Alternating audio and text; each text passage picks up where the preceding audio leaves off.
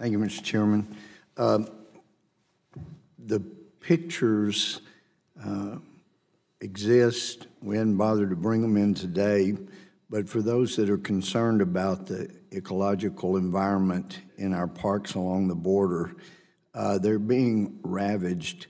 People are dying there. They're becoming trash heaps in these places where people stream through illegally into the United States, even to the extent that in Arizona you have a sign on at our federal land telling tourists that this is basically occupied by criminal foreigners. They need to go north of I-10, for their own safety.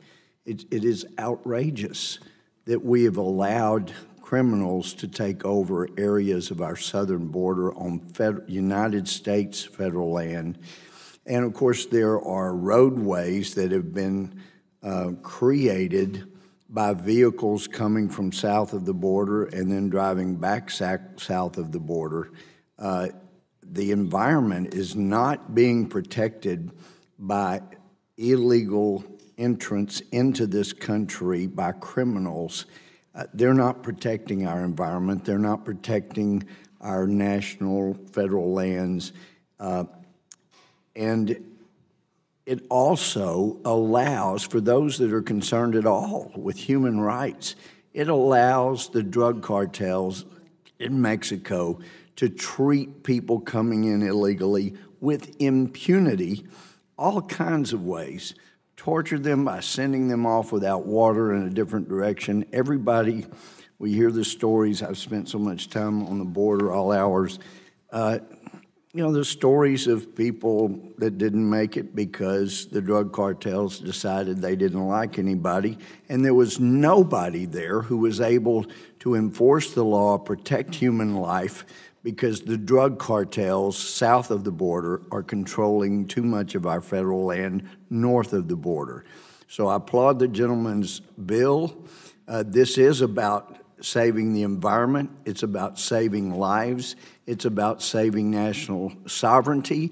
And by golly, it's the best thing we could ever do, in addition to building a wall some places, to help our neighbor Mexico. Why are they not a top 10 economy in the world? There is one reason only: because of corruption of the drug cartels.